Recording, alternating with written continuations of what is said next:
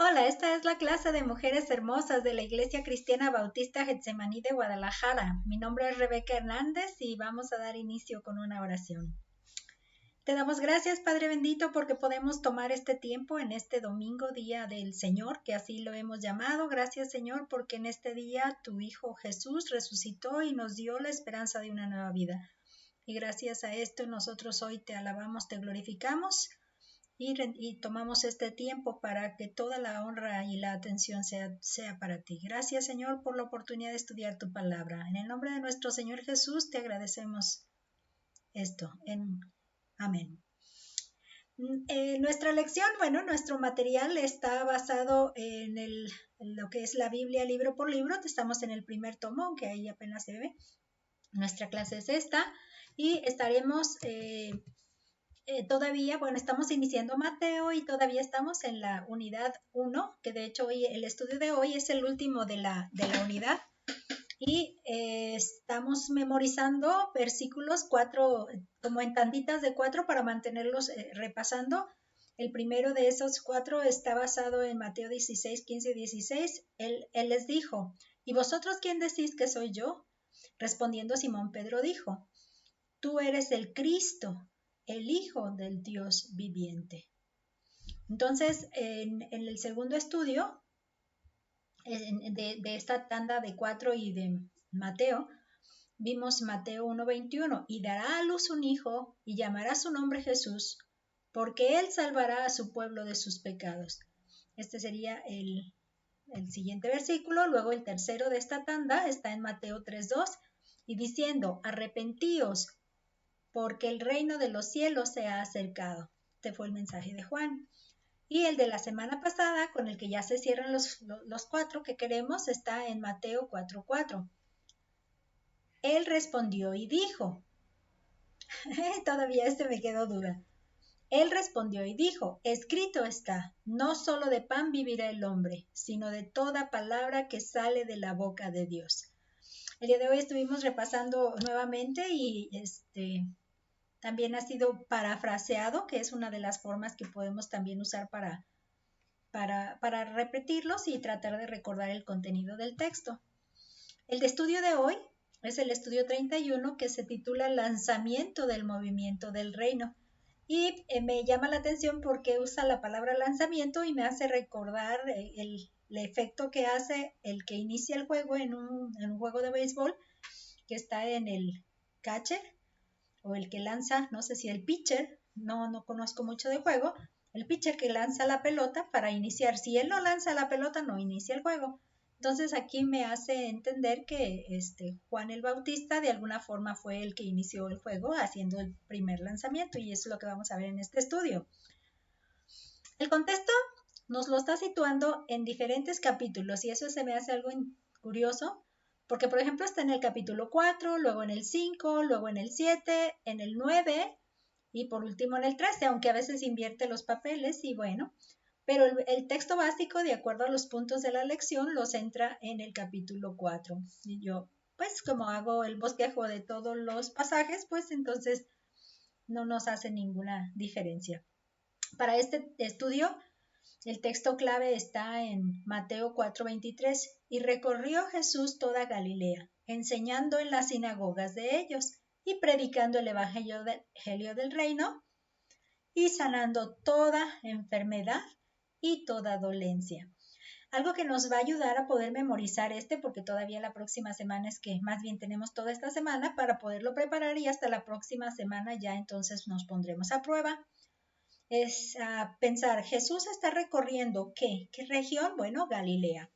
Y luego él enseña, la recorre y está enseñando. ¿Enseñando en dónde? Bueno, en las sinagogas de ellos, está hablando de los judíos o de los de Galilea. Y otra cosa que me llama la atención son las y. En todo momento, después de enseñando, y está además de enseñando, predicando. ¿Qué predicaba? El evangelio del reino. Y el evangelio del reino, nada más conviene que lo repasemos, es arrepentíos porque el reino de los cielos se ha acercado. Y el hecho de que él mismo viene a hacer el evangelio. Bueno, y aquí viene otra vez, y sanando. Entonces, enseñando, predicando y sanando. que toda enfermedad y toda dolencia en el pueblo. Entonces, veamos todo eso, nos va a poder ayudar para poderlo memorizar. La verdad central de este estudio, de esta lección, está en Jesús, es la siguiente: Jesús inicia su ministerio en Galilea, en cumplimiento de la profecía y en obediencia a lo que y en obediencia al Padre. Sí, creo que es un error también de ortografía aquí, que no lo marca la plantilla y lo marca el archivo el archivo de documento, ¿no? Que hace. Ok, lo corregimos.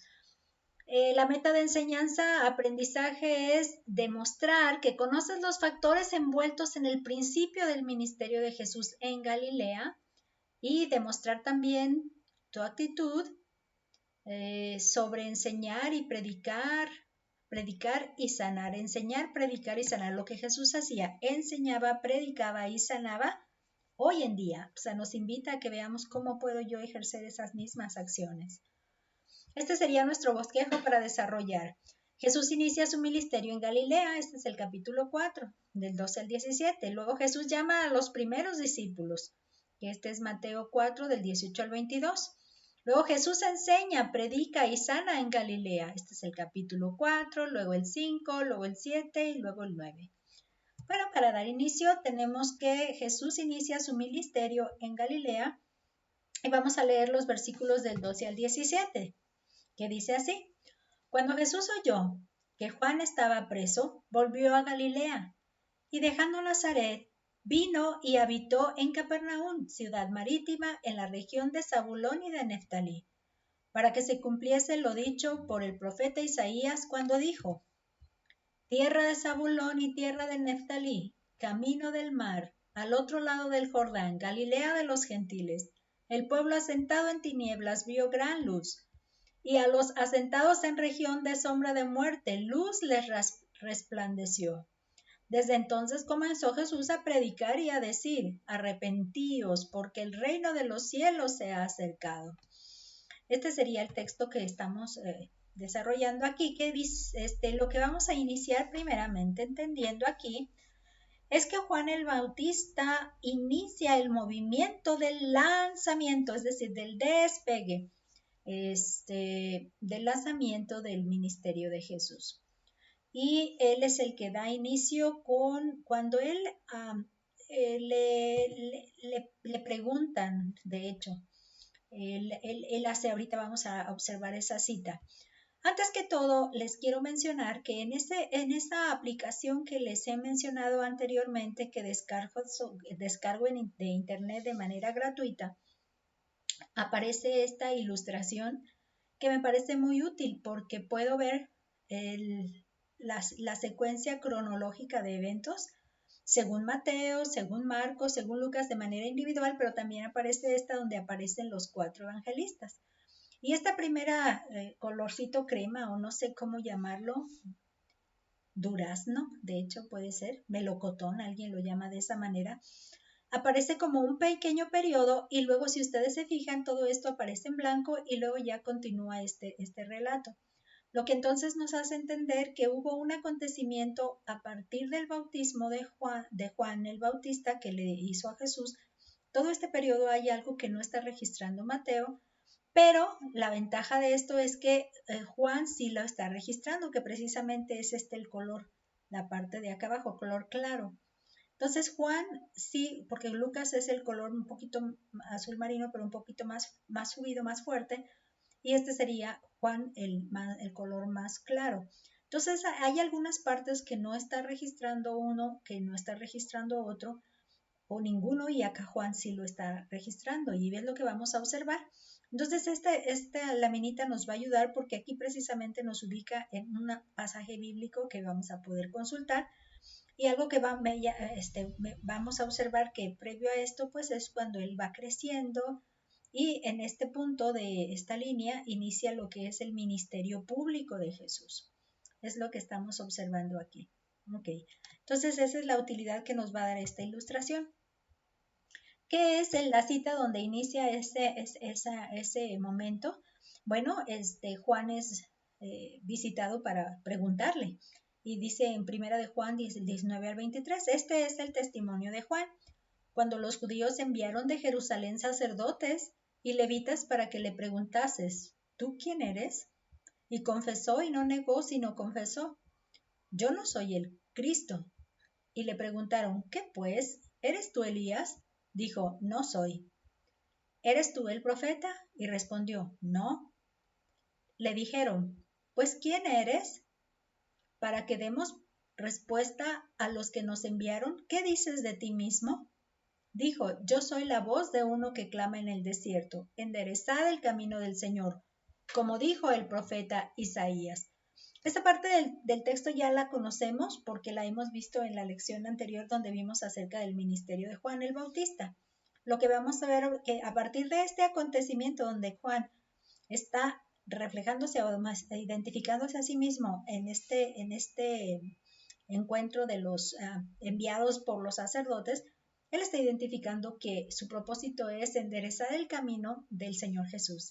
Y el mensaje que él predica es arrepiéntanse porque ya está aquí el Señor Jesús.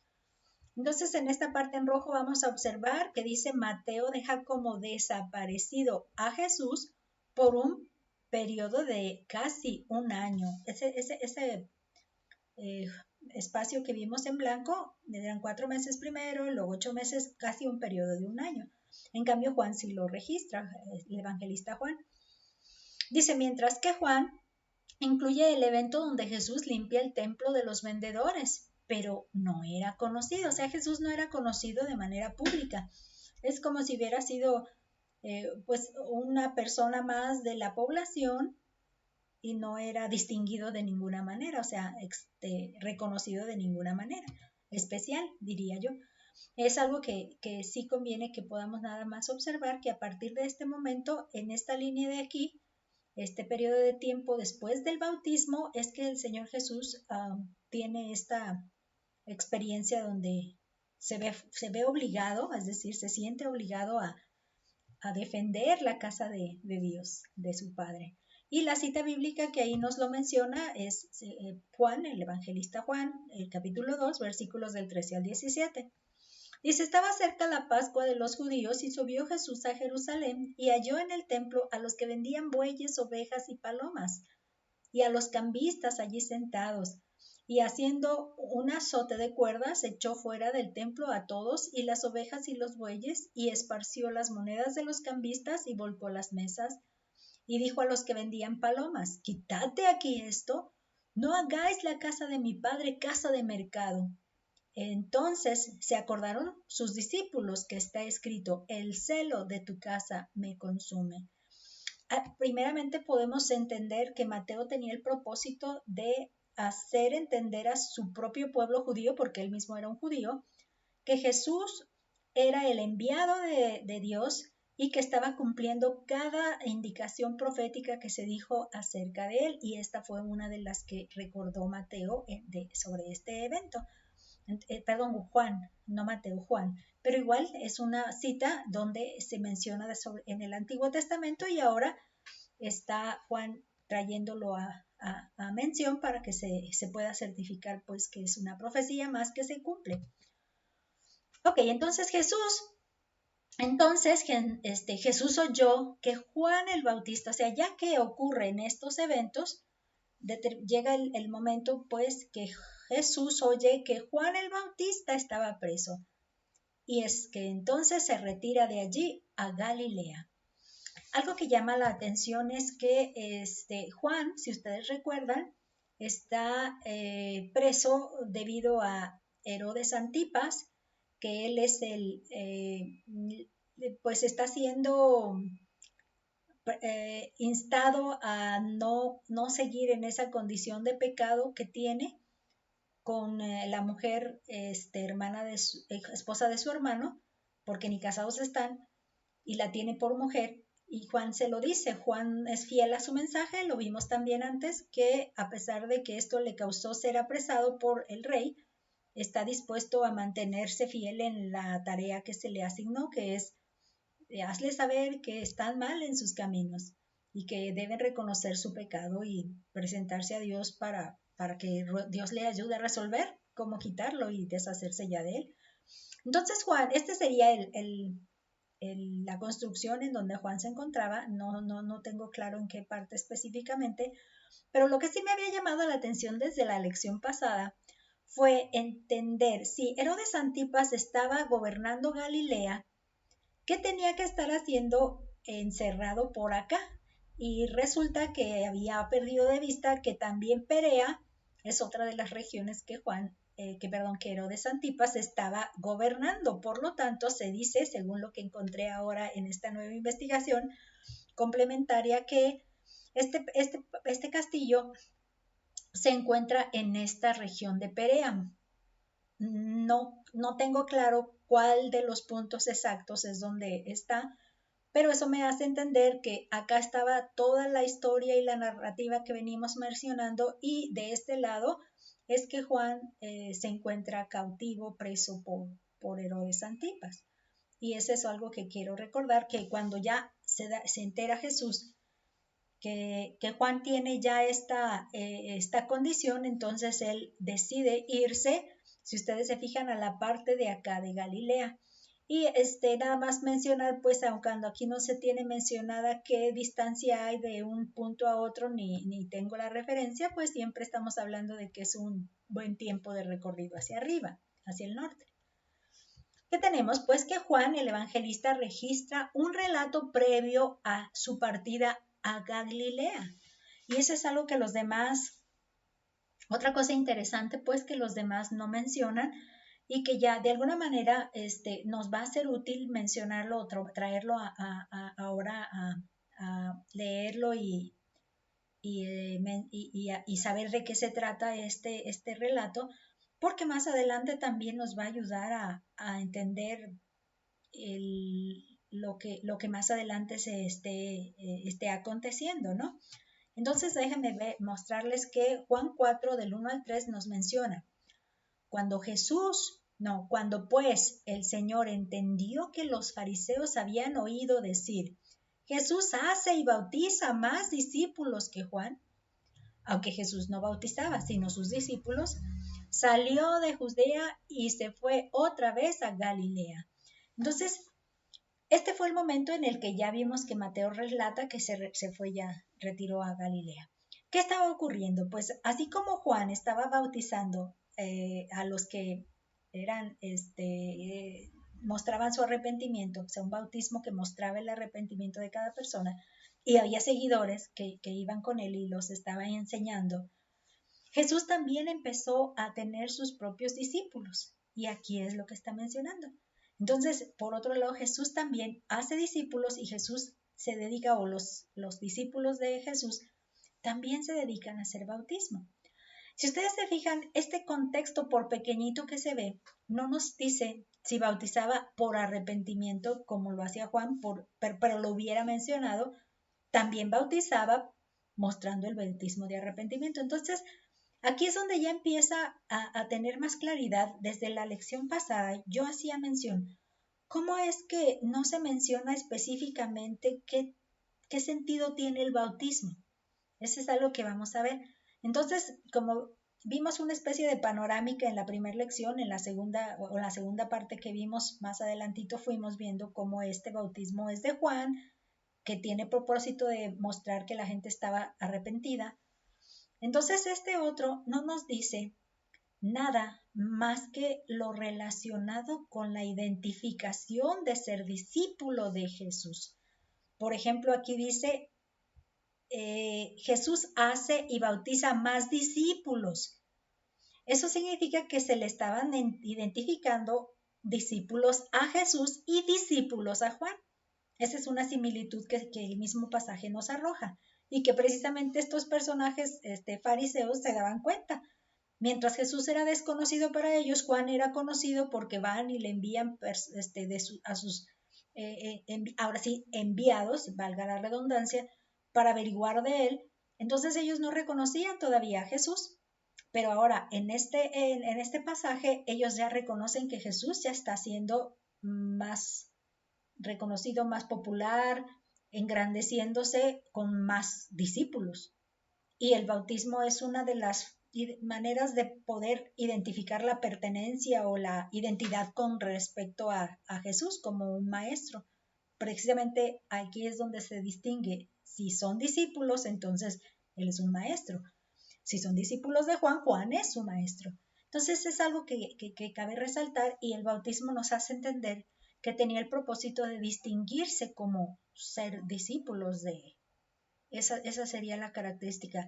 Que de hecho, leyendo más referencias sobre las costumbres de los judíos, los mismos judíos, no tanto como pueblo creyente cristiano, porque aquí todavía no han nacido los cristianos, estamos hablando que el pueblo judío usa mucho del bautizarse por muchos simbolismos y por muchos motivos. Entonces aquí estamos observando cómo es una práctica muy común, que en este caso está sirviendo para asociar a este grupo de discípulos hacia Jesús, unificarlos o identificarlos con él. Espero si pueda ser clara en esto. Más adelante dice, pero Jesús no regresa para quedarse en Nazaret, donde él vive, sino que va a Capernaum. Entonces, si ustedes recuerdan, vamos a hacer otra semblanza. El Señor Jesús nace en Belén. Y de que nace en Belén, resultó que Herodes el Grande se ve amenazado por ese nacimiento, pensando que es un rey que le va a quitar el trono. Entonces busca matarlo y entonces huyen a Egipto. Se pasan un tiempo en Egipto y cuando ya están a salvo, por decirlo así, quieren ya regresar porque pues así se les indica por el ángel a José. Quieren llegar a Belén donde estaban, pero viendo que el hijo de Herodes el Grande está reinando ahí, entonces deciden que mejor se van, por indicación también del ángel, que mejor a Nazaret. Y de Nazaret, desde pequeñito hasta este momento de su bautismo, él está viviendo en Nazaret. Entonces, ¿qué sucede? Que Jesús ya va de camino hacia Galilea, a la región de Galilea, pero no llega a Nazaret. Lo que encontré aquí en este mapa, aunque quizá no se ve muy claro para ustedes, que es muy pequeño, pero me resalta algunas ciudades que sí se pueden identificar. De aquí sería Jerusalén. Este mapa tiene ya caminos trazados porque precisamente esta es la finalidad. Dice que es la vida de Jesús, y el primer mapa nos dice que es desde la inauguración de su ministerio hasta cuando llega a ser rechazado por su propio pueblo Nazaret. Entonces también me certifica que el orden en el que su bosquejo en el libro les presenta puede no ser el que haga más clara la narrativa bíblica. Por lo mismo, no lo estoy incluyendo. Si quieren comparar los bosquejos, van a ver que lo estoy poniendo en el orden de capítulo que le corresponde y no como su libro lo presenta, invirtiendo su presentación. Ya me entenderán cuando traten de asociar el video con su libro. Entonces, de aquí está precisamente aquí un caminito trazado que nos lleva hacia Galilea, que ese es el Señor Jesús, pero no se marca el trayecto hacia Nazaret. Por ahí los comentaristas dicen que el sentido de esto es que lo vio de lejos, pero no llegó. Se fue directo hacia Capernaum. Y acá está Capernaum, está a la orilla del mar de Galilea. Entonces este sería más o menos el panorama del recorrido que él fue llevando y a dónde se movió. Nada más déjenme ver si aquí levemente lo subrayé, que sería Nazaret, levemente. Nazaret, TH. Entonces, este no fue el punto, que de hecho es más o menos en este extremo, sino que se fue en esta otra dirección, hacia Capernaum.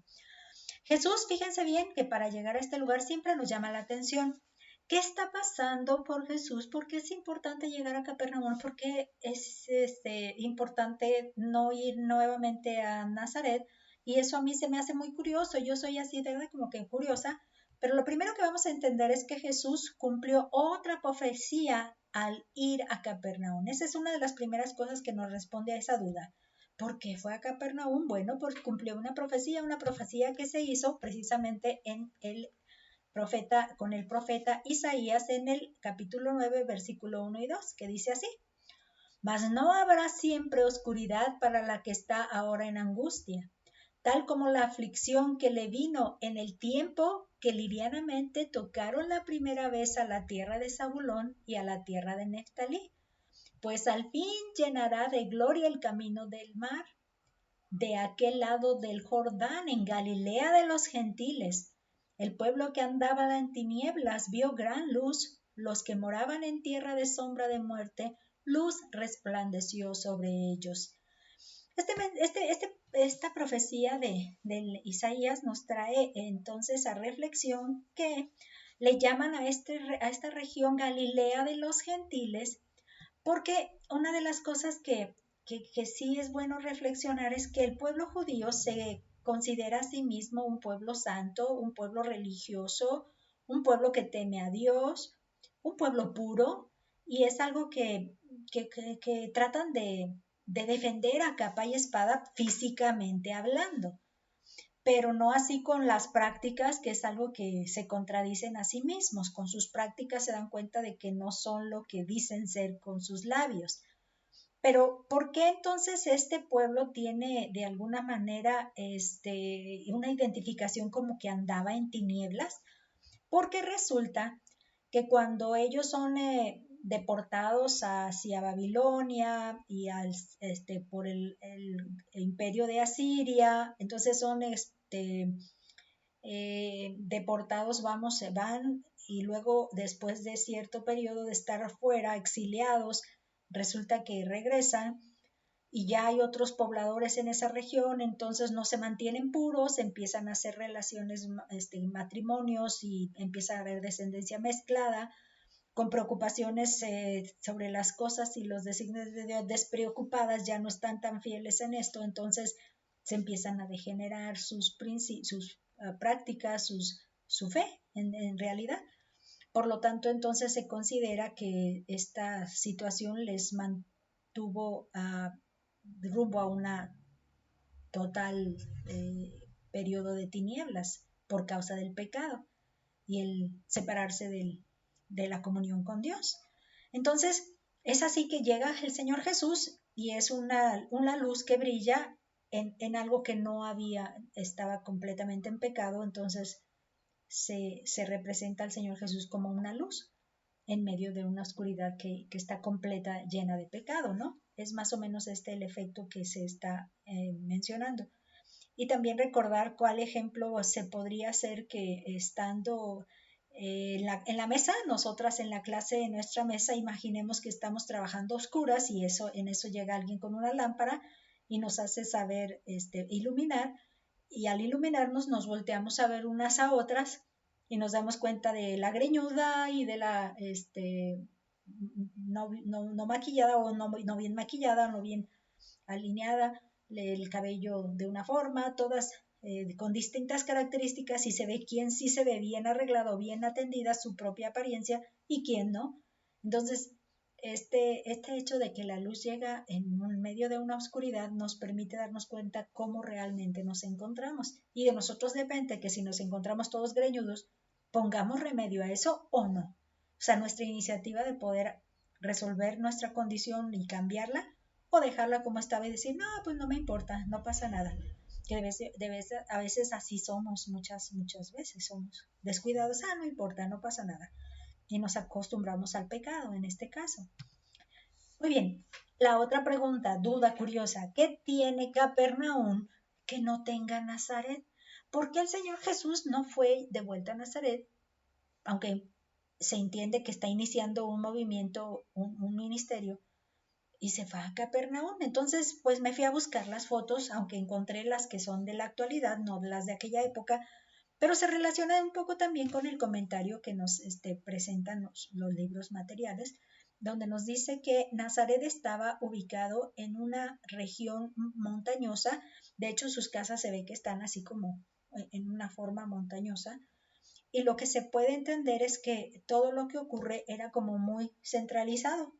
Están ahí y lo que ocurre y lo que sucede ahí se queda y ahí se mantiene muy centralizadito. Entonces dices, ok. En cambio, Capernaum era una ciudad pegaditita es el mar de Galilea, y esta era una ciudad en donde había muchas rutas de comercio. Los que venían por el sur, los que venían por el este, los que venían por el norte, pasaba mucha población por esta ruta.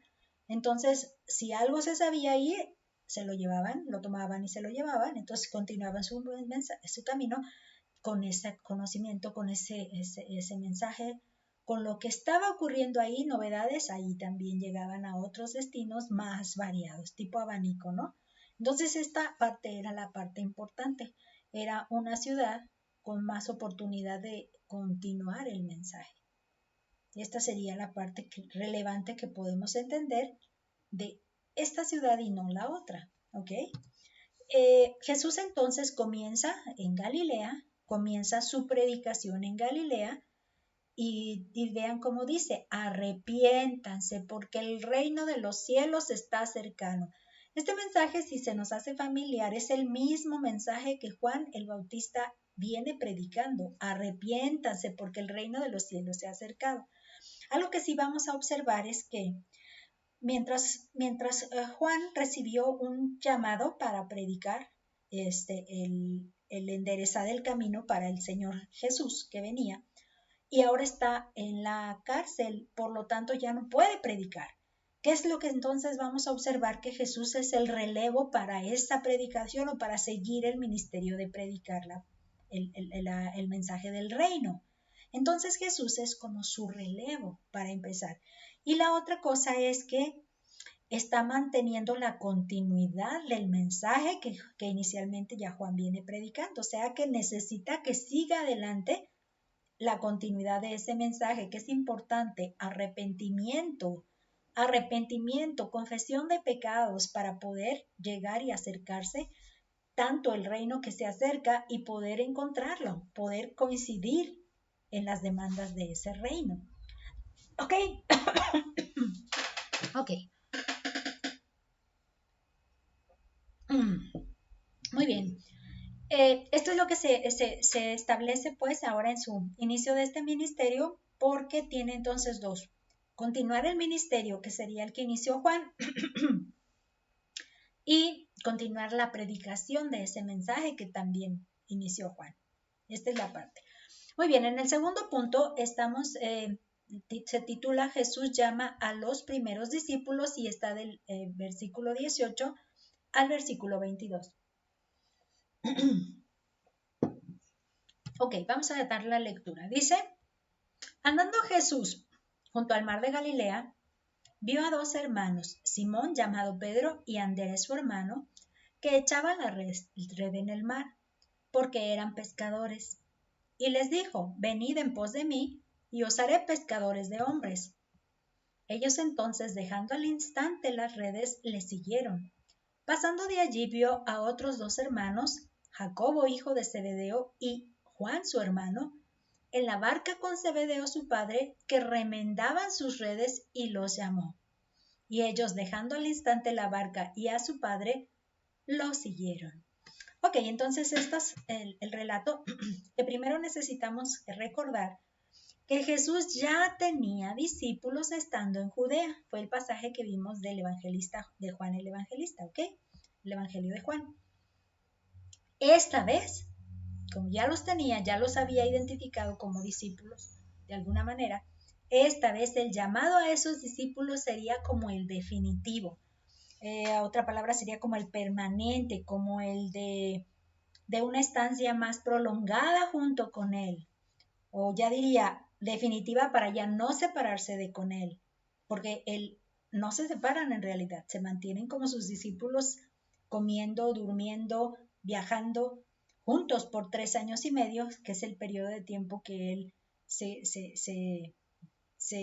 entiende según el relato que estuvo a partir de su bautismo. Ok, entonces lo que vamos a ver es que en este comentario que encontré de A través de la Biblia día a día de F.B. Meyer, encontré lo siguiente, dice, debemos leer el primer capítulo de Juan en el párrafo inicial.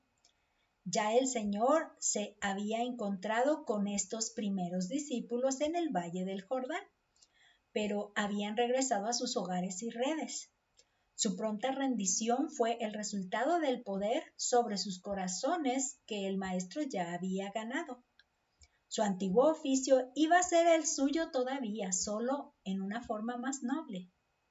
la paciencia, el coraje, el tacto que habían obtenido con su llamado, ahora se alistaba al servicio de las almas. O sea, el mismo acto y preparación que tenían para la pesca es el mismo que iban a mantener, pero ahora con relación a las almas, este otro servicio. Ok, Jesús hizo en este color naranja, hizo el llamado y ellos respondieron afirmativamente, no se negaron, rápidamente respondieron. Es algo que llama la atención, su aceptación. Y ya, ahí nos marca la llegada de los discípulos y cómo vinieron. En otros evangelios se narra una lista larga de varios discípulos, pero esta parte que está mencionada, suficiente. Ellos se llamaron de manera definitiva, estuvieron dispuestos a pasar con él este tiempo de manera permanente. En el tercer punto, Jesús enseña, predica y sana, que es precisamente lo que nuestra meta enseñanza se está pidiendo, que nosotros nos contemplemos a sí mismo como alguien que enseña, como alguien que predica y sana en nuestro ambiente actual, donde nos desenvolvemos actualmente. Entonces el punto dice que Jesús enseña, predica y sana en Galilea.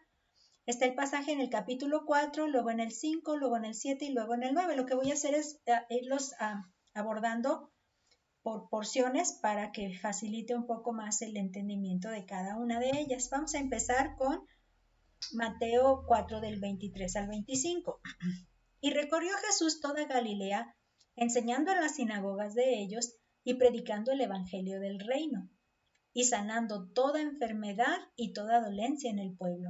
Y se difundió su fama por toda Siria, y le trajeron todos los que tenían dolencias, los afligidos por diversas enfermedades y tormentos, los endemoniados, lunáticos y paralíticos, y los sanó.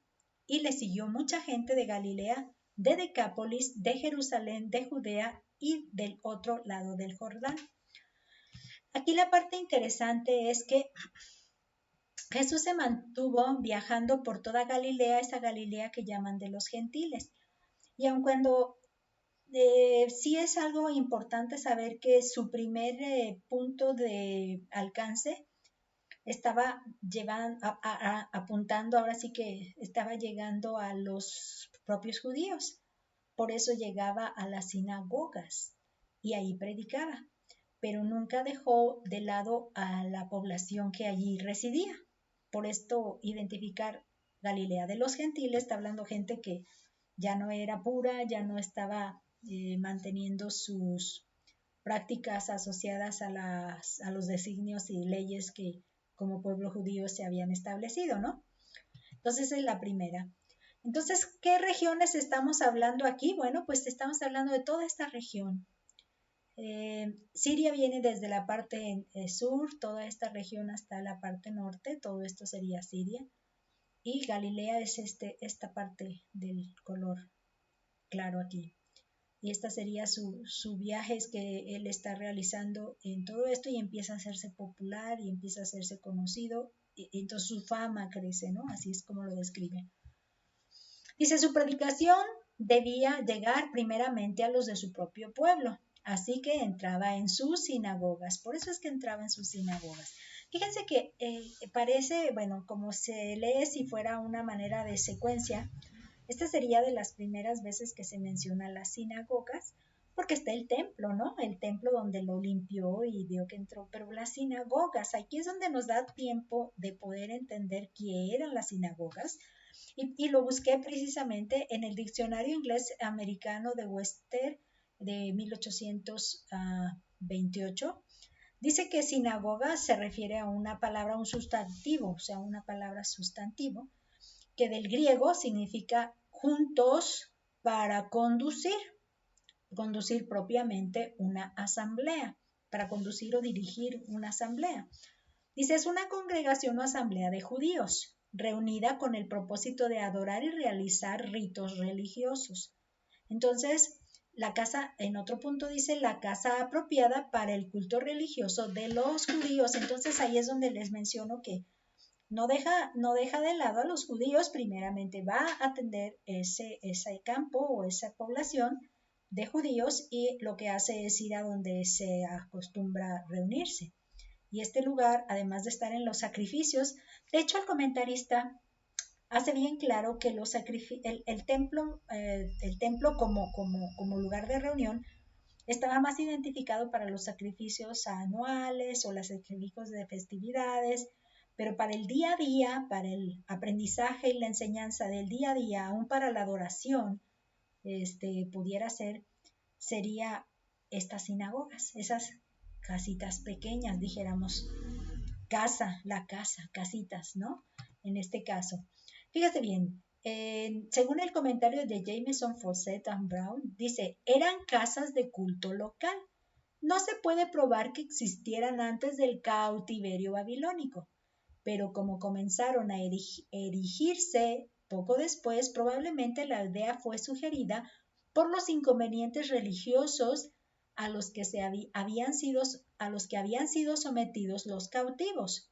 En el tiempo de nuestro Señor Jesús, la regla era tener una donde quiera que residieran 10 hombres eruditos o estudiantes profesos de la ley, y se extendieron a Siria, Asia Menor, Grecia y la mayoría de los lugares de la dispersión.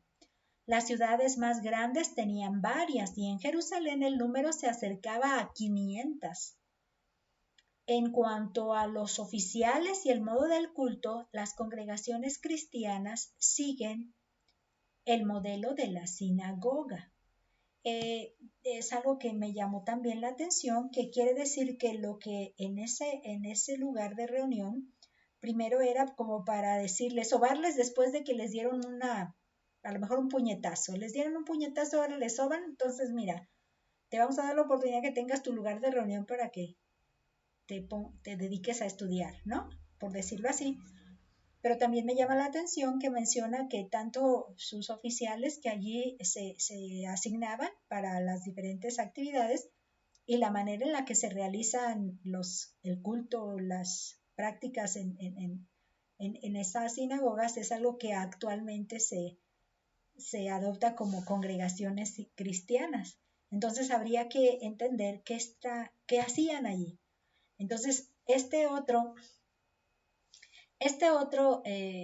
investigación que hice, lo encontré en un sitio en internet que dice que hablando de la sinagoga menciona algún relato anterior, pero esta parte fue la que extracté que me llamó la atención. Dice, se trata de un sitio de oración y estudio, pero también de reunión, diálogo e interpretación de la Torá. De ahí su nombre en hebreo, Casa de la Asamblea. La Torá viene a ser los libros de la ley, Génesis, Éxodo, Levítico, Números y Deuteronomio, 5. Todos ellos comprendían la ley de Moisés y a esto se dedicaban entonces. Entonces, oraban, estudiaban, dialogaban, interpretaban, que de hecho es lo que hacemos nosotros actualmente cuando nos predican la palabra, cuando nos reunimos a estudiar en grupos de estudio bíblico, cuando nos dedicamos a los tiempos de oración en el culto de la iglesia. Entonces estamos haciendo esas prácticas que ellos hacían en lo que era la sinagoga, no así en el templo, que era el sacrificio y las otras fiestas de la ley. Ok, entonces, más adelante dice, su mensaje era tanto espiritual como físico, pues llegaba a la sanidad de sus cuerpos. Es algo que yo quiero resaltar cada vez que tengo oportunidad, porque aun cuando es cierto que nosotros estamos pensando en las personas que reciban el Evangelio y el mensaje y que vean que su vida espiritual nazca de nuevo, o sea, iniciar un nuevo nacimiento espiritual y se desarrollen y crezcan, Jesús no dejó la parte física desatendida y nos lo muestra cuando sanaba. Vamos, esa es la necesidad que él veía, hay que sanarlos, pues es parte de lo físico. Y es algo que yo traigo siempre a colación porque cuando pienso en nuestro trabajo de servicio cristiano de las mujeres hermosas, entonces yo veo, espérame, es que no está desligada una cosa con la otra. Yo puedo ir y servir ayudándole a barrer el patio, a lavar sus trastes, a hacer su comida. Eso es algo que yo puedo hacer como algo que también se puede incluir y atender. No nada más pensar en te voy a dar la lectura bíblica, la palabra y la explicación, Entonces, sí me llama la atención cómo no podemos dejar de ver esto a la luz del ministerio de servicio que queremos realizar o estamos realizando, de hecho, cada semana, cada jueves.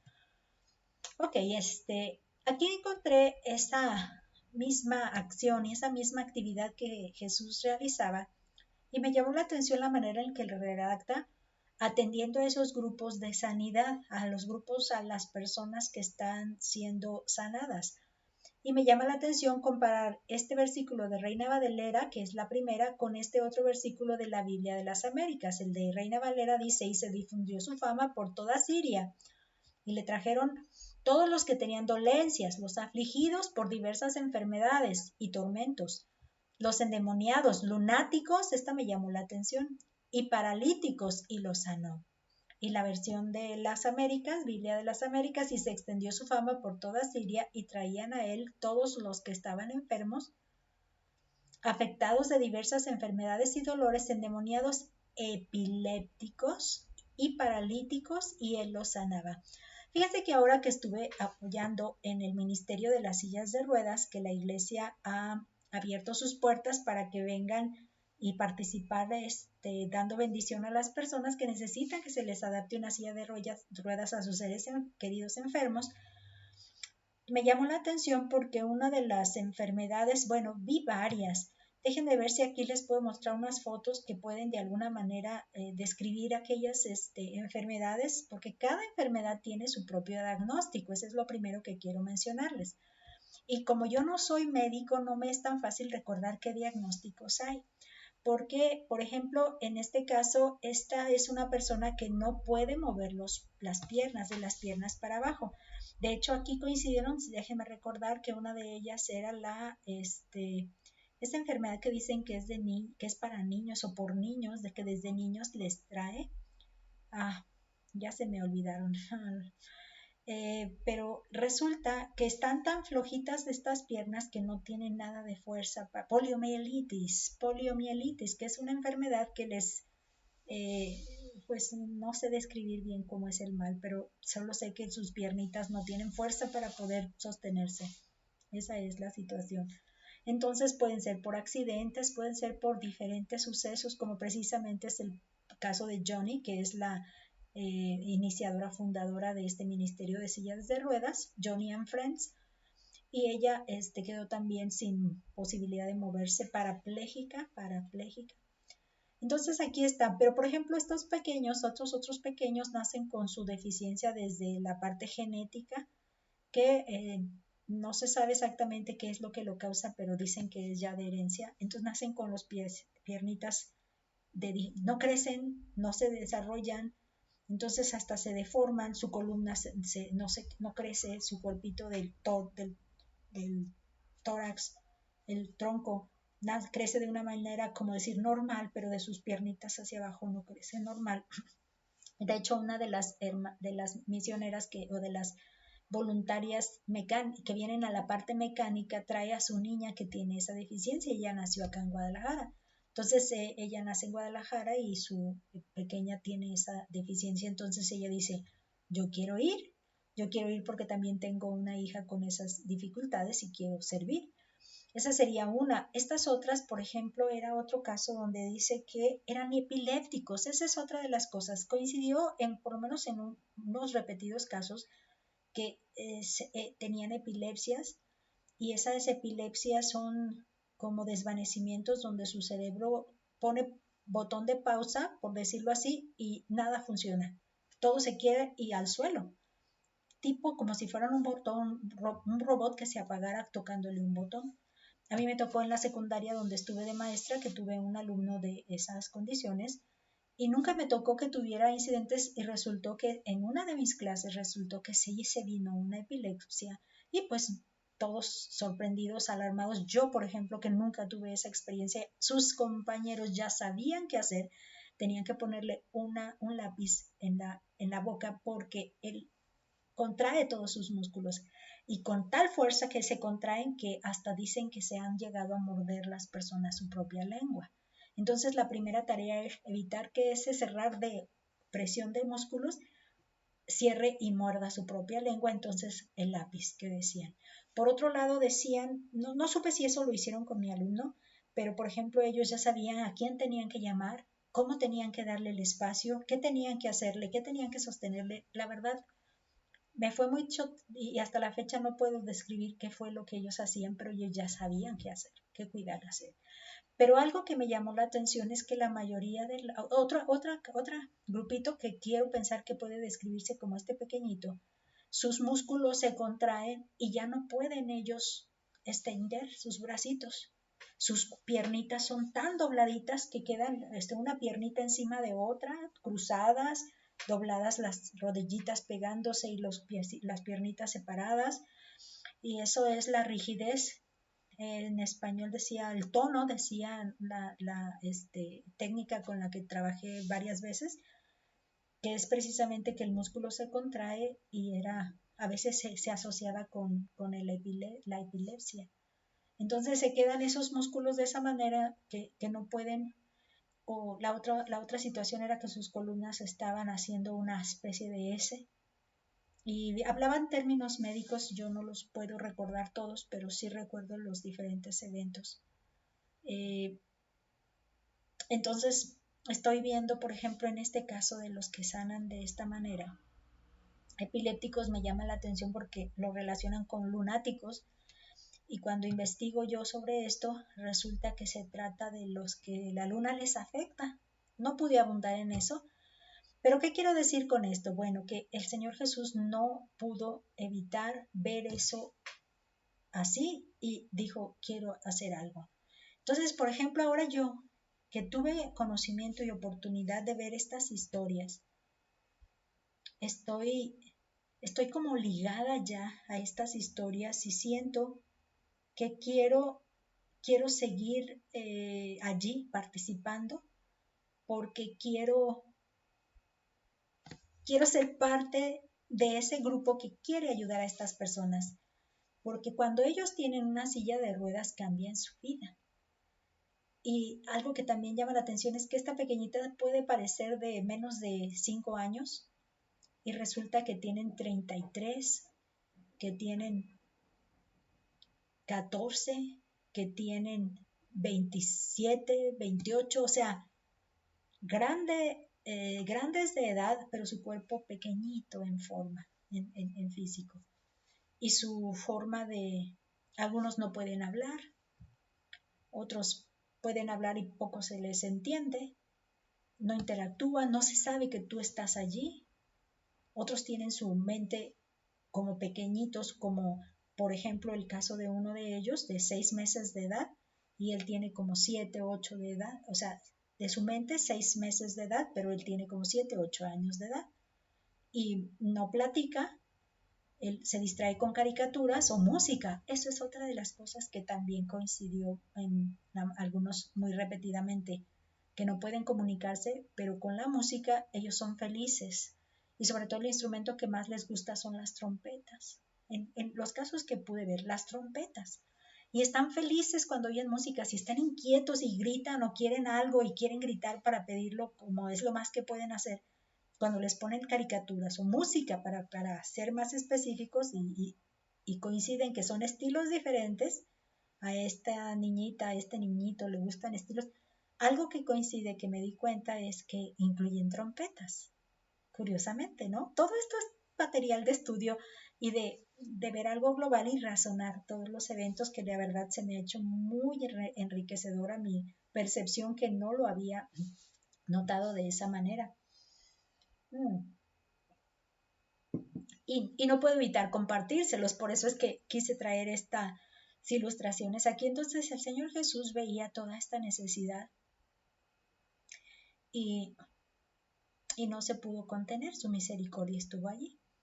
Y es algo que a nosotros nos ha de suceder y de la misma manera voltear a ver a estas personas y algo que repasábamos en nuestras pláticas de espera al siguiente paciente, era que precisamente sentir misericordia es posible a través de la vista. Tú miras a la persona que tiene necesidad de que tú le muestres amor y al momento de que volteas y miras, la mirada que tú pones en esa persona es la puerta de entrada para que la misericordia, o sea, tu vida se toque con misericordia hacia aquella persona. Tu ser se toque con misericordia hacia aquella persona que necesita de ese sentir tuyo hacia ella. Porque la misericordia es una bondad hacia esa persona, es un amor hacia esa persona. Y a través de la vista se logra que entre a ti y te haga presa para poderla ofrecer. Y es algo que Jesús vivió y me estoy poniendo como en ese momento, imaginando cómo él no pudo detenerse que solo predicando y solo hablando de lo espiritual, cuando en su vida había otras necesidades, ¿no? Fíjese entonces que la popularidad de Jesús creció, la gente lo siguió desde la región de Galilea, Decápolis, Judea y Perea, y aquí es donde nos vuelve al mapa.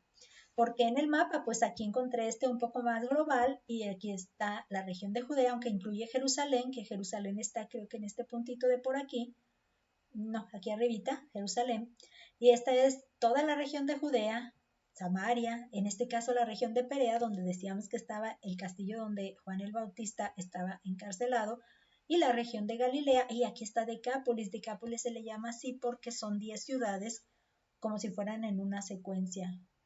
De hecho, aquí en Michoacán hay la cañada de los 11 pueblos, que es casi como entrando por Michoacán al estado de Michoacán. Recuerdo haber estado allí y es una veredita donde hay árboles y árboles y árboles y árboles y así se llama Cañada de los 11 pueblos. Bueno, así me hace recordar esta Decápolis, 5 ciudades. Es algo que nos llama la atención. Ahora, en Mateo 5, versículos 1 y 2, dice, viendo la multitud, subió al monte y sentándose vinieron a él sus discípulos y abriendo su boca les enseñaba. Entonces, en aquella vimos que él estaba sanando diferentes enfermedades. Aquí vamos a observar que él estaba en mucha gente también enseñando.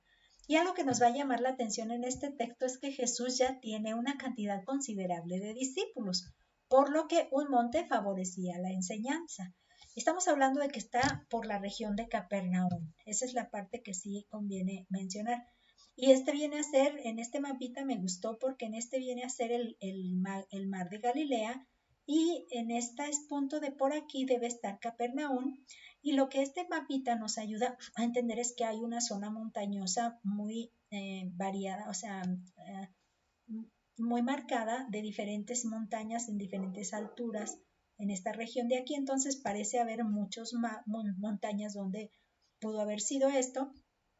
Pero me gustó más esta que encontré por ahí y de hecho la encontré en una fuente de una aplicación que se llama Biblia, Todo Biblia, que encuentro una montaña que está muy cerca del mar.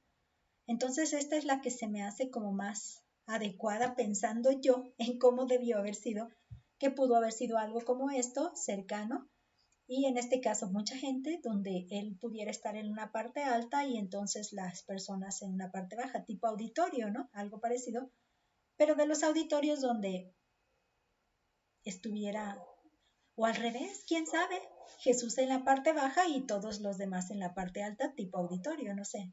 Bueno, va a ser interesante imaginar cómo, pero una montaña. Esta me pareció muy buena con las características que a mí se me hubiera ocurrido que fuera. Lo que también vamos a ver es que Jesús estaba a punto de comunicar un mensaje muy importante cuando dice, y abriendo su boca, esa expresión nos hace entender, fíjense bien cómo lo dice el comentario Jameson, Fawcett and Brown, dice una manera solemne para llamar la atención del lector a fin de prepararlo para algo muy importante. Entonces, aquí en este pasaje estamos hablando de que ese hecho de que Mateo puso y abriendo su boca les enseñaba de esta manera, entonces está diciéndonos, hay algo importante que va a decir a continuación. Y algo que también sucedió en el pasaje que también lo registra Hechos 8:35, que también se los quiero leer. Dice, entonces Felipe, abriendo su boca y comenzando desde esta escritura, le anunció el evangelio de Jesús. Esta vez cuando el eunuco que va camino ya de regreso, vino a adorar a Jerusalén, pero ya iba por Gaza, camino a a Etiopía. Era un oficial de la reina Candace de Etiopía, y se lo encuentra Felipe leyendo Isaías. Entonces, él quiere saber qué pasa con esa escritura, si se está describiendo el escritor a sí mismo o está describiendo a otra persona, porque no entiende a quién se refiere. Entonces Felipe, abriendo su boca, a punto de decir algo muy importante, comenzando desde esta escritura, le anunció el Evangelio de Jesús, que precisamente de eso se trata. Entonces, esta es la parte que resaltamos, cosas importantes, enseñanza a sus discípulos. Y la otra porción que tenemos es Mateo 7, 28 y 29, que dice, y cuando terminó Jesús estas palabras, la gente se admiraba de su doctrina, porque les enseñaba como quien tiene autoridad y no como los escribas. Desde el capítulo 5 hasta el capítulo 7, ese se ha conocido como el Sermón del Monte. Entonces, estos versículos del capítulo 7 están dando el cierre de que Jesús le dice que el que tiene oídos para oír oiga, que el que escucha la palabra pero no la hace, está siendo como alguien que no planeó la fundación de su casa en un terreno adecuado, y cuando llegó la tempestad, pues el que no planeó bien se le cayó, y el que sí planeó bien en roca permaneció. Pero Jesús dice que ahí el relato dice que cuando terminó Jesús de enseñarles, la gente notaba la diferencia de la doctrina que estaba escuchando, y no tanto nada más de la doctrina, sino de la manera en la que estaba escuchando. Entonces, fíjense bien, dice, la gente se admiraba de su enseñanza tanto por la manera como por el contenido, porque pues los que los enseñaban ellas resultaron ya ser, si antes eran solo transcriptores, escribas, ahora resultaban interpretadores también, y eran los que les estaban enseñando, eran los maestros actuales del pueblo judío en ese entonces. Y luego fue inevitable notar el contraste de su enseñanza con la de los escribas, porque ellos tenían otro, ya como que estaban programados ya de otra manera, muy, ahora sí que yo diría rutinaria, muy sin cuestión prácticas, no sé, pudieron haber sido muchas razones, que como maestros cada año, ahora que me tocó a mí pasar 30 años frente a alumnos, había corrientes dinámicas, estrategias, si era de una, dejarlos que ellos salgan a la enseñanza, tú diles la enseñanza, metodología, esta otra, y que Piaget decía, y que etcétera, etcétera. Nunca me empapé suficiente de esos temas, por lo que no siempre me puedo hablar con toda facilidad y profundidad de ellos, no me dice. Era para mí algo práctico siempre. ¿Qué dice ahí todo el enredo dijera enredo porque a veces era demasiado, todo el contenido inmenso, concretamente, ¿qué me va a servir? Esto, pues esto, hay que usarlo. Fíjense bien, en Jameson Falsetta Brand dice, la convicción de su autoridad divina como legislador y juez brilló tanto en su enseñanza que la de los escribas no les parecía sino sandeces en semejante luz. Volviendo a luz, la presencia de Jesús era como un brillo, como una iluminación. Vamos, ahora que yo tengo para este video una luz aquí frente a mí para que se vea más clara la imagen, eso hace que tenga sentido, que tenga claridad lo que se está enseñando ahí. Y la última porción de Mateo, capítulo 9, versículos 32 y 34, dice, mientras salían ellos, he aquí le trajeron un mudo endemoniado, y echando fuera el demonio, el mudo habló, y la gente se maravillaba y decía, nunca se ha visto cosa semejante en Israel. Pero los fariseos decían, por el príncipe de los demonios echa fuera los demonios. Esta parte también es bien interesante porque estamos hablando de la posesión demoníaca. Curiosamente, tengo desde que empezamos con la primer visita, los jueves, que ya estamos hablando de que ya son como 4 semanas, pero 3 visitas, he tenido experiencias en donde se habla mucho de la visión de demonios, y de la posesión y de la lucha con huestes celestes de maldad, que yo me he visto así como muy inquieta para investigar más, porque en nuestra preparación de la lectura diaria conocemos estas historias como este mudo, pero no conocemos propósitos a veces o no conocemos algo a profundidad que hoy en día estaría ocurriendo y cuál sería nuestra manera de enfrentarlo o nuestra manera de, pues yo diría de enfrentarlo, pero no como para resolverlo, sino para tener conocimiento claro de su existencia, ¿no? Entonces, pues he buscado a los hermanos de la iglesia, en este caso nuestra hermana Cecia, que es la esposa del pastor con quien yo me identifico, quizá por confianza, y ella estudió en el seminario de Lomas Verdes, en el Distrito Federal. Yo estuve acá en el Emanuel de nuestra convención de iglesias, de la convención de iglesias Emanuel. Entonces, no nos tocan este tipo de temas de manera que se estudien y se analicen y se digan, estas son nuestras prácticas sobre eso.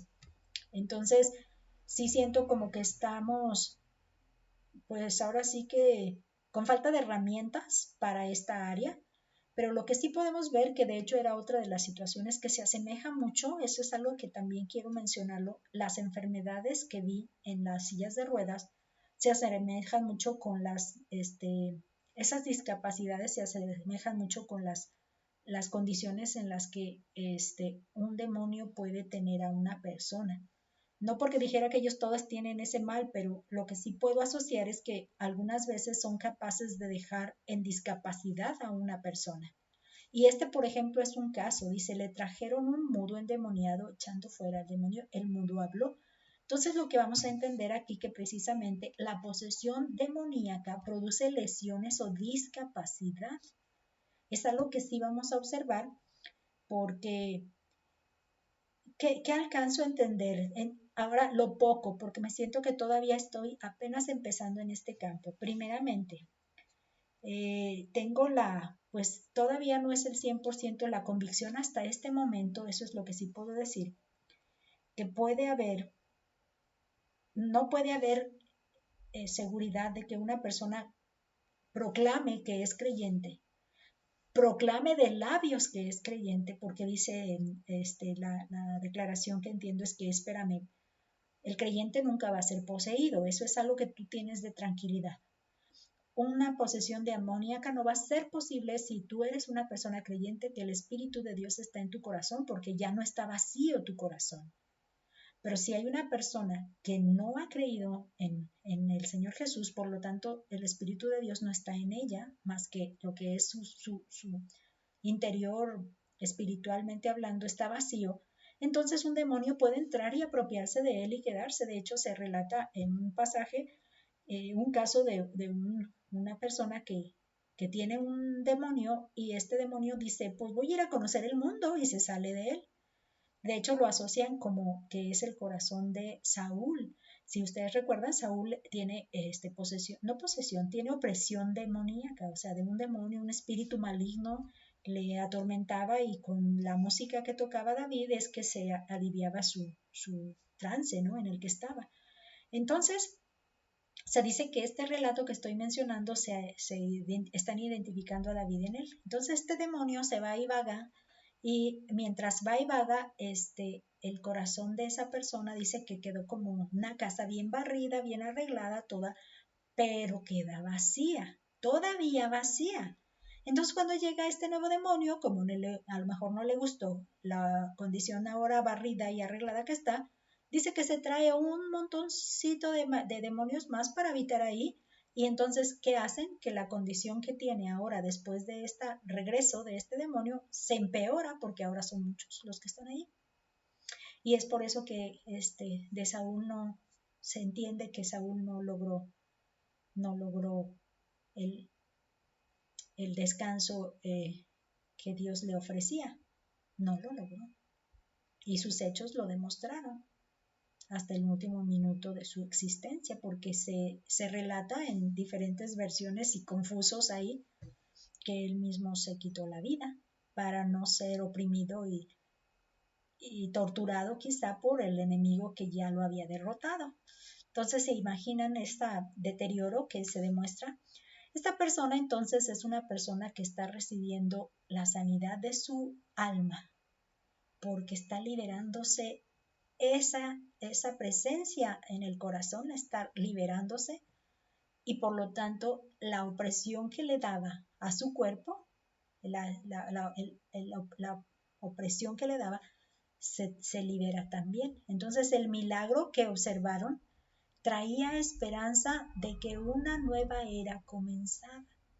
Yo quiero pensar que cuando te haces consciente de la presencia de un maligno, te haces responsable como cuando yo recibí el llamado del Señor a ministrar su palabra a otros que no estaban profundizando y empapándose de ella.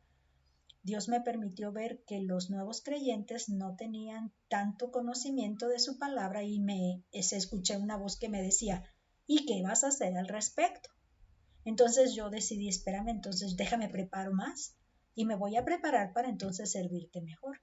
Entonces aquí lo que nos hace entender es que ¿qué vas a hacer al respecto? Dándote cuenta de la existencia de esta área, entonces pensar que es posible que Dios pueda estarnos mostrando al hacernos conscientes de la existencia de este grupo de huestes celestes de maldad, de que Dios esté dejándonos saber que una nueva era, una nueva etapa y un nuevo estado de condición.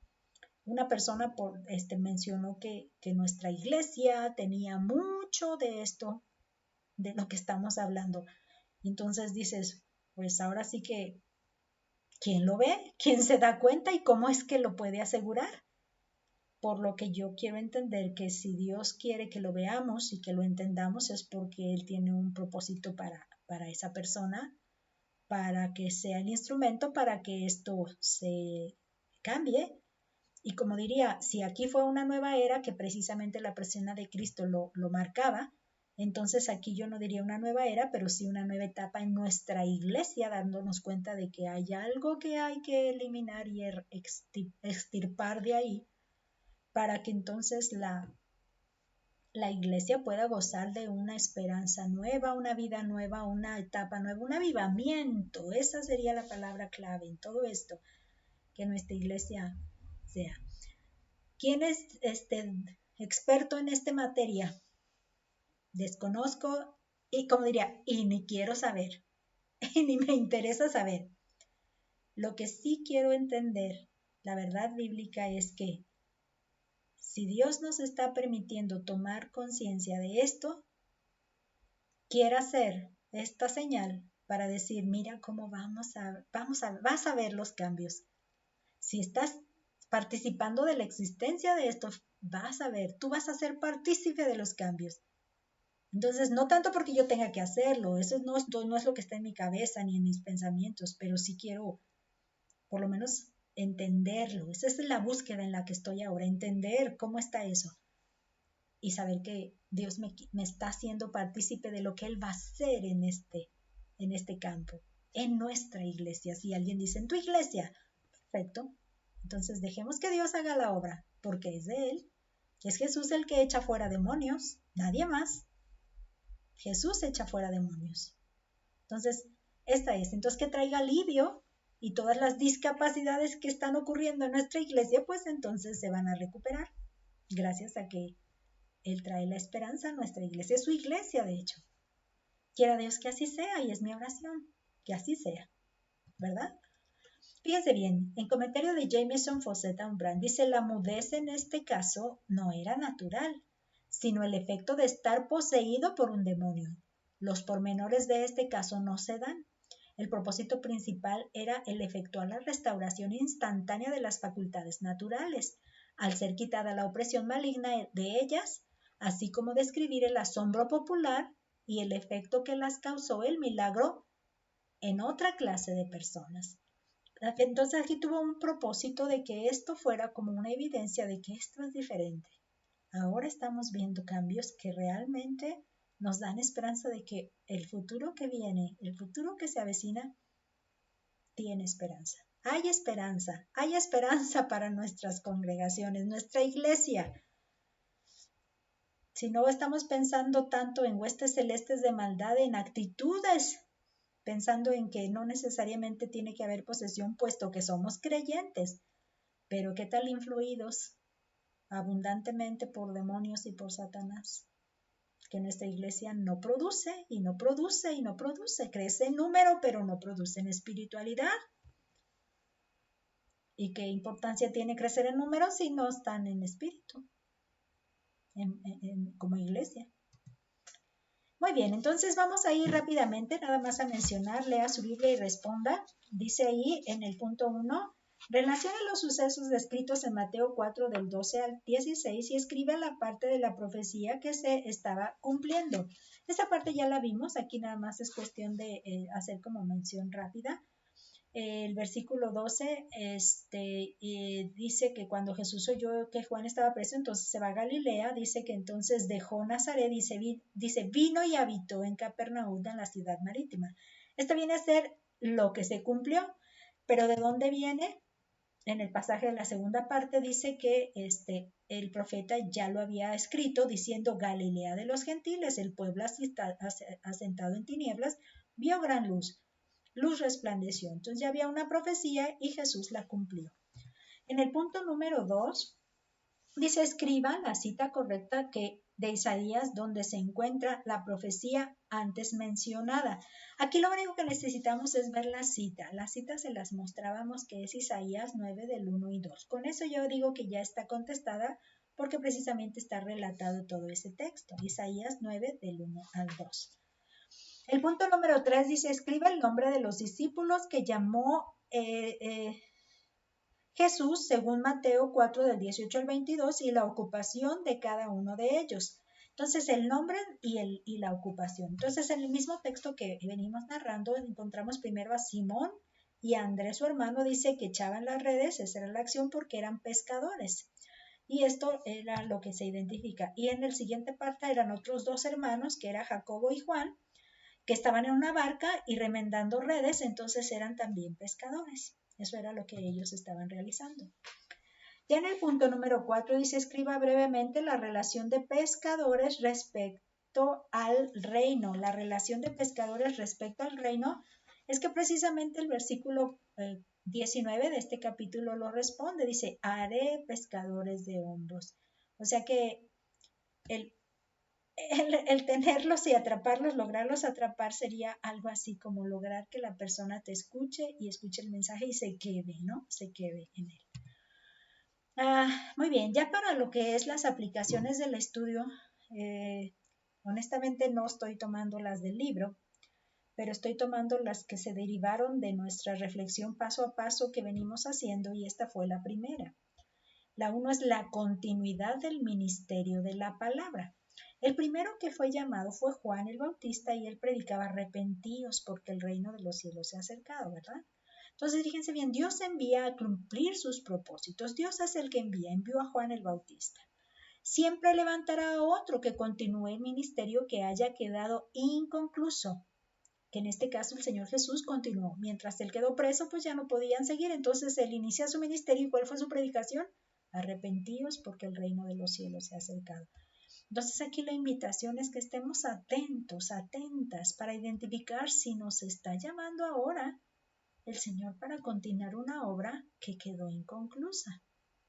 Entonces estemos atentos porque Dios siempre va a mandar a alguien que continúe la obra porque no puede quedarse ahí, estancadita.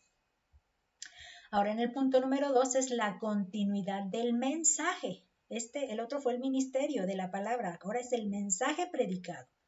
Porque tiene diferencia en qué consiste esa diferencia. Bueno, el arrepentimiento era la predicación de Juan, el arrepentimiento era la predicación del Señor Jesús ahora que iniciaba su ministerio en Galilea.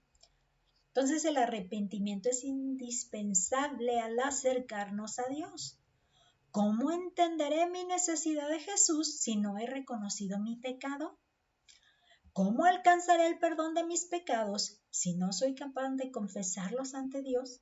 Entonces, esta continuidad del mensaje, cuando predicamos el Evangelio actualmente, hablamos del amor, hablamos de la promesa, hablamos de la eficiencia de la muerte de Cristo, pero nunca le decimos a la persona que el arrepentimiento es el inicio de este mensaje.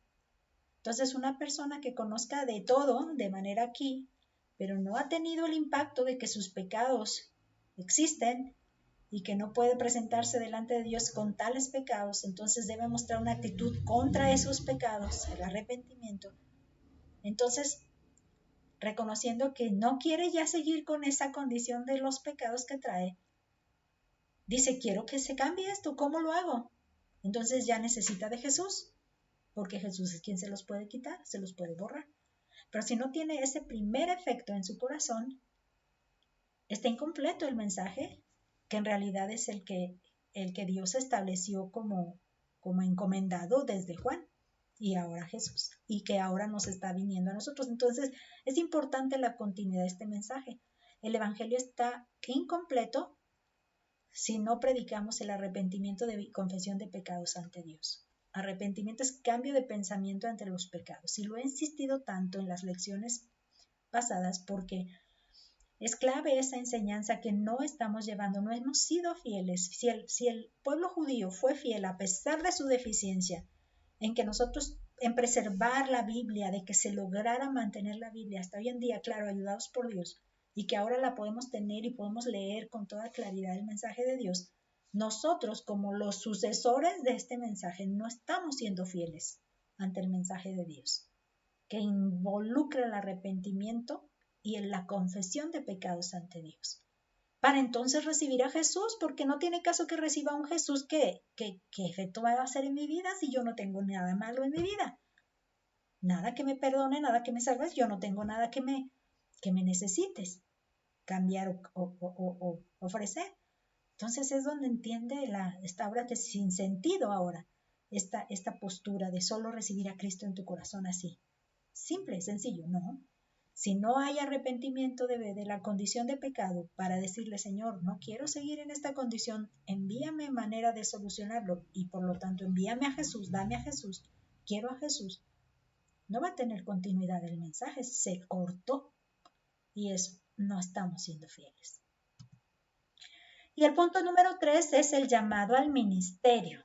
Fíjense bien, aquí quienes tienen este entendimiento, esto tiene que ver con lo que hizo Jesús con sus discípulos en esta segunda etapa de tenerlos, porque el relato que vimos es que los tenía en Judea y ahora que está en Galilea se va a Capernaum y aprovecha porque en Capernaum aprovecha o tiene la finalidad de llegar ahí porque ahí están los que él quiere llamar de manera ya permanente y definitiva.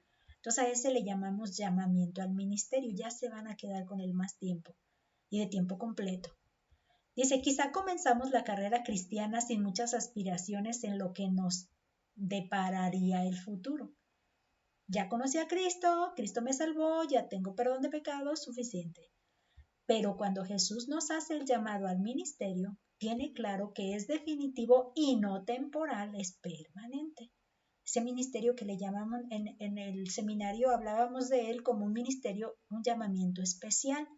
No el de llamados a salvación, sino más allá, como más de tiempo completo, más entrega, más completa de nuestra vida hacia eso. Escuchemos con cuidado por si su voz ya nos está llamando. Fíjense que no importan las edades. Si dijéramos ya somos mujeres mayores en la clase de mujeres hermosas, entonces pues ya nuestra etapa ya pasó para que Dios esté haciendo un plan con nosotros, un ministerio en un plan. Yo creo que Dios no tiene tiempos. ¿Quién dice si nos está dejando vivir 100 años? Entonces quiere decir que nos queda media vida todavía por delante. Y Dios tiene un ministerio que pudiera presentarnos frente a nosotros y nosotros decir, si quiero, inclúyeme a mí, yo quiero ir. Entonces esa sería la invitación. Escuchemos con cuidado su voz porque a lo mejor nos está dando un llamamiento que podemos decir, sí, acepto, yo lo hago. Como los discípulos que se vio que dejando inmediatamente al instante sus redes y su trabajo, siguieron. Entonces es la parte interesante. Recordarles pues que cuáles son los factores envueltos en el principio del ministerio de Jesús y cuál sería su actitud de enseñar, predicar y sanar, es decir, ese llamado que el Señor ya está haciendo a tu corazón, a mi corazón, y cómo lo voy a responder hoy en día. En esta parte la prueba, fíjense que es importante la prueba porque esta nos dice qué contesté allí, ¿no? Dice, según las características de los habitantes de Galilea, casi nadie era judío. Aquí, eso es lo que significa porque ya eran muy mezcla. Explique lo que representa esto en el reino. Pues estamos hablando de los que no tienen fe y conocimiento de Cristo. Yo estoy entendiendo así, pero igual cada uno responde, es personal esta respuesta. En el punto número 2 dice, explique en qué forma los cristianos pueden enseñar, predicar y sanar en la actualidad. Pues no sé ustedes, pero de una vez les avanzo que parte del ministerio que estamos haciendo, la brigada de servicio cristiano, está de alguna manera participando, eso es lo que les puedo decir, ayudar a las hermanas, visitándoles en este servicio de nuestra brigada de servicio cristiano, pudiera de alguna manera dar respuesta a esta prueba. Ya para ahora terminar, estamos con las lecturas bíblicas para el siguiente estudio. Diría yo, ahora sí, por fin tenemos un capítulo completo por el que se va a desarrollar la lección, que esa es la parte que como que nos hace más mantener una continuidad como más centrada en el periodo y contexto del pasaje. Y esto es lo que va a ser precisamente Mateo 5. Y vamos a orar ya para despedirnos. Te damos gracias, Padre bendito, porque hemos meditado en tu palabra y hemos entendido que tú tienes propósitos para cada uno de nosotros. Por ejemplo, el propósito del llamamiento que hiciste a Juan, cómo lo puedes hacer para que nosotros no perdamos de vista el arrepentimiento y confesión de pecados previo a poder decir, deposito mi fe y mi confianza en ti. Cambiar nuestra actitud hacia el pecado y mirarlo de una manera diferente y no querer seguir en él. Y poder entonces abrazar con fe y con esperanza el que Jesús hace posible que todo esto se borre. También te damos gracias porque necesitamos mantenernos atentos a si tú quieres que continuemos un ministerio que se ha quedado detenido. Ayúdanos a ser cuidadosas, atentas para saber qué tú estás necesitando que hagamos para continuar eso que se ha quedado detenido. Te pedimos también, Padre, por ese otro llamado a un ministerio especial. Sabemos que es como los discípulos que se quedaron 3 años y medio con él, durmiendo, caminando, comiendo juntos por 3 años sin separarse. Y de aquí jamás se separaron. Te pedimos que tú nos ayudes a poder entender los que todavía no tenemos esa claridad de que pudieras estarnos necesitando de tiempo más completo, invertir más de nuestra día a día en tu servicio, que podamos entenderlo así y danos claridad en estos, que no haya duda, que no haya confusión, para que podamos gozarnos en decir sí, Señor, y dejando inmediatamente las redes y todo lo que nos estorba, poder decir sí, acepto, voy contigo. Te lo pedimos todo esto, Padre, en el nombre de nuestro Señor Jesús. Amén. Hasta la próxima.